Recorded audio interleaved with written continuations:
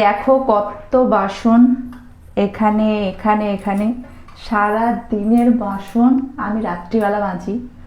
মানে ওর বাবা এসে যখন তাথইকে ধরে তারপরে আমি এই বাসনগুলো মাজতে শুরু করি। সারাদিন তো আমি সময় পাই না, ওর পিছে থাকতে আমার চলে যায়। আর এই যে আরেকজন আছে এখনো ঘুমায়নি, সারাদিনের বাসনটা আমি এখনই মাজি।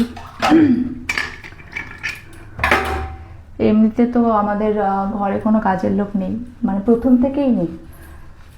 ওই যখন প্রেগনেন্ট ছিলাম তখনও ছিল না, এখনও নেই।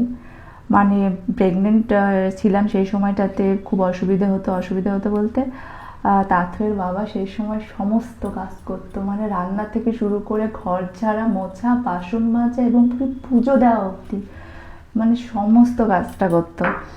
মানে এমন কেউ নেই যে বলতে পারবে যে আমায় একদিন রান্না করে খাইয়েছে বা দুটো বাসন মেজে দিয়েছে। ওই করলে তাদের বাবাই করেছে, আর এরপর তো আমিই করছি। তো আমি কি বলতো, আমি নিজের কাজ নিজে করতেই পছন্দ করি। যতদিন বেঁচে আছি নিজের কাজ নিজেই করব, করার চেষ্টা করব। বুড়ো হয়ে গেলেও দেখি কি হয়, কিন্তু আমি কাজের লোক দিয়ে কোনোদিনও কাজ করাবো না। কি হয়েছে? তো আমি এখন এই কাজগুলো করছি, রান্নাঘর পরিষ্কার করব। আর তাথইয়ের বাবা এখন তাথইকে ঘুম পাড়িয়ে দেবে। তো চলো, গুড নাইট, সবাই ঘুমিয়ে পড়ো।